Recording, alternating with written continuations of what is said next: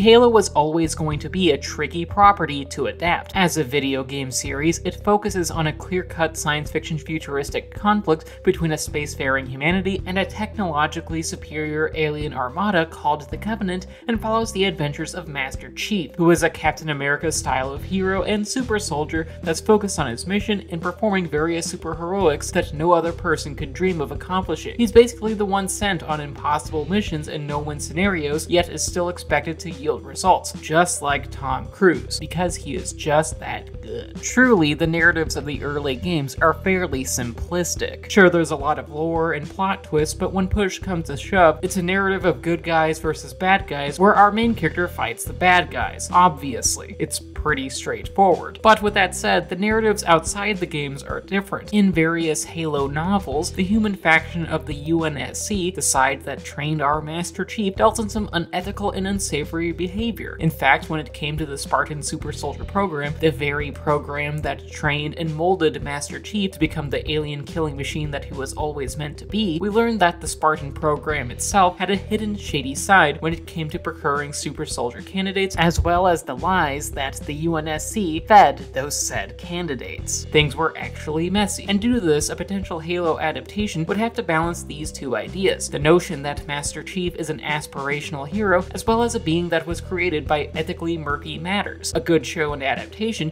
would need to establish why Master Chief is a hero we can look up to, even though the process that made him the man that he is morally questionable. It would need to showcase both of these truths. Unfortunately, Halo Season 1 misses the mark here. While this Showtime Paramount Plus adaptation leans heavily on the UNSC's corrupt nature, the show doesn't really elaborate on why Master Chief is a hero that we should all aspire to be. Sure, the Chief is used as a propaganda piece by the UNSC, much like how the USA used Steve Rogers in the first Captain America movie, but unlike that example, Halo Season 1 rarely examines why Master Chief is an awe-inspiring figure separate from his super soldier capabilities. After all, he eventually uncovers the ugly underbelly of a military apparatus that personally wronged him, but the show rarely shows up the more aspirational side of him, the side that establishes why he continues to fight the Covenant and protect humanity even in spite of the UNSC's wrongdoing. It doesn't portray how Master Chief is a symbol of hope and heroism. It just shows him mired in a government conspiracy. And sure, the show could have portrayed this as an opportunity for Master Chief to figure out for himself as to what he stands for and why he continues to fight, but Halo Season 1 rarely pounces on this juicy potential narrative angle, resulting in a show that never reaches its full potential. It's sadly not very good. The story is overall average. The plot follows Master Chief as he and the rest of the Spartans and Silver Team attack Covenant invaders on the planet of Madrigal. After the attack, Master Chief discovers an alien artifact that only he can activate that serves two functions. One, it potentially is an incomplete piece that leads to a weapon called Halo, and secondly, it causes Chief to recall repressed traumatic memories that make him question his past. And from there, it is up to the Master Chief to discover the powers of this artifact and to hold people accountable for his and others' mistreatment by the UNSC. The plot is kind of a mess, though I can admittedly see what the showrunners were aiming for, unlike a scared grunt, because their aim is complete shit. See, the show really tries to humanize the Master Chief as a character. After all, we see his face a lot fairly prominently, which never really happened in the games, and him uncovering the malicious nature of his origin does give the character some depth. In fact, the show really dives into the Chief's troubled beginnings, all to the point that he eventually sometimes wonders why he follows orders without question. And admittedly, this could have been interesting. It could have been a solid arc and given a reason for Chief to examine why he actually fights the good fight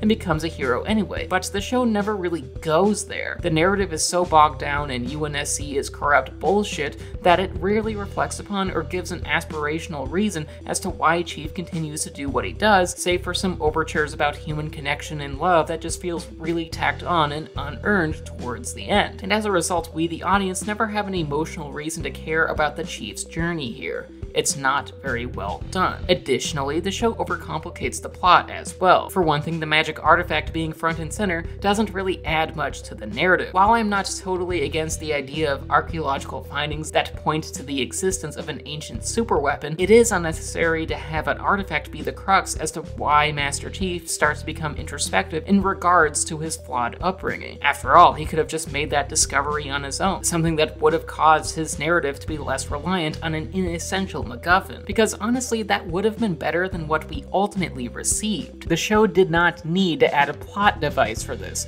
Master Chief could have come to the conclusion in his own way that would have showed off his intelligence and resourcefulness, and as a result, the artifact just feels unnecessary here. Halo Season 1 additionally has a lot of character conflicts that are just nonsense and stew up drama for the sake of drama. For one thing, there's the character of Cortana, Master Chief's AI companion, who, in the video games, was always Chief's friend and ally throughout almost all of his adventures, but the show goes about things differently here. See, Cortana was created by Dr. Catherine Halsey, the woman who established the Spartan program and the source of its inherent immoral practices. And admittedly, that all tracks with what we know of Cortana's origin in the games, but here's where it differs. The show version of Halsey created Cortana to at first spy on Chief, and to eventually take over his body and override his consciousness, effectively killing him. And nope, I do not like that, and for a fair number of reasons. One, as cold and calculating as Halsey is in the games and books, she always did have a soft spot for her creations, and the Master Chief in particular. She would never ever try to erase Chief. And two, Cortana in the games is morally good, and a spy subplot in the show really does not become her. While I do understand that this supplies the show with some drama and delivers a spot where these characters must grow, i.e. John needs to see how good and helpful Cortana can be, and Cortana needs to learn that she can actually care about someone despite being an artificial intelligence, the AI spy who potentially desires to replace Master Chief's personhood plotline is far removed from a good narrative arc here. It makes me less willing to like Cortana, and that's a problem. And the frustrating thing is, there is an easy workaround here. Like maybe instead Chief could mistrust Cortana at first, and Cortana could view herself as just a technological construct, but the more time they spend together, the more Chief and Cortana begin to see each other's value. And sure, there might come a time later on in the season where Cortana would question Chief's judgment on something and report to Halsey or the UNSC behind his back, but they could eventually reconcile their differences and continue their quest to defeat the Covenant. And honestly, that would have been a much better and more interesting arc, and would not need Cortana to take a cue from Invasion of the Body Snatchers or being John Malkovich or whatever. They could just go through a more natural arc together. The McKee plotline isn't much better. See, McKee is a human spy for the Covenant because another spy subplot is exactly what this show needed, and can touch the artifact just like how Chief can, which, okay, is fine, but things get weird when Chief gets romantically attached to her as well as physically attached to her, by which I mean they have sex, because Master Chief, he fucks now. And honestly, that's just weird. Sure, it's not a graphic scene, and even if it was, we are far from puritanical and demand that all sex scenes be tame on this channel. There's nothing inherently wrong with showing 2 or more characters going to Pound Town after all. But in terms of the context of the show, this sequence really did not need to exist. Like, let's be honest, Chief is always on mission, and his mission was never on a woman's body. So seeing Chief get all hot and sweaty caused me to laugh at the show for a bit.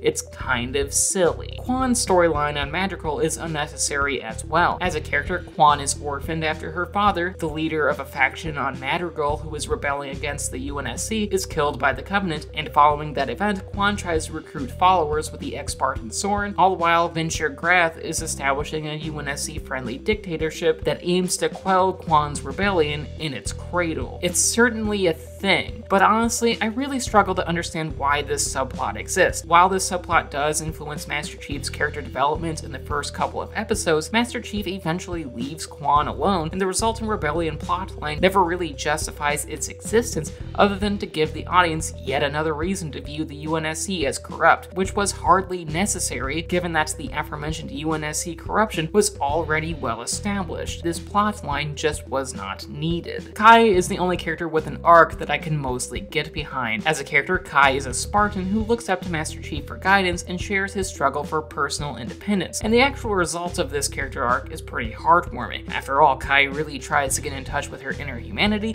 and shows personality and even a rebellious attitude in a way that can even be wholesome at times. She just wants to be her own person with a distinct identity, and the narrative works by giving her space to be her own person. And while yes, it is a minor arc, it is the only arc in the show that actually succeeds. It's solid. The action isn't done very well either. For one thing, the action sequences are overall fairly minimal, especially in the first half of the show, causing Halo Season 1 to often feel like a very plotting experience. experience. This is ironic because Halo games are filled with action and packed with explosions and shooty bang bang. But Halo Season 1 does not have a lot of that said action. Hell, there are only 3 sequences where Master Chief fights the Covenant, and while this is likely due to budget constraints because the alien CGI and visual effects honestly aren't very good, it still causes Halo Season 1 to be notably bereft of action, which is honestly fundamentally opposed to the games and really causes the show to drag at times. After all, the narrative and drama itself is notably lackluster, and the lack of action sequences really highlights that sad, unfortunate fact. It's not up to par. To conclude, Halo Season 1 has solid foundational elements. Its source material has enough narrative detail and deep lore to justify a multi-season television show, the cast is pretty good, and it is pretty fun to see so many of Halo's franchisal characters in live action. But sadly, Halo Season 1 never fully comes together as a good and notable piece. The execution of its narrative is very clumsy, its main character lacks necessary heart, and the action is MIA. And with that, the show does not stick the landing. Halo Season 1 never comes full circle. And with that, that was the video. I hope you enjoyed it. Please leave a like rating, share, subscribe, ring the bell, and leave a comment telling me what you think of Halo Season 1. Also, please consider checking out my Patreon page.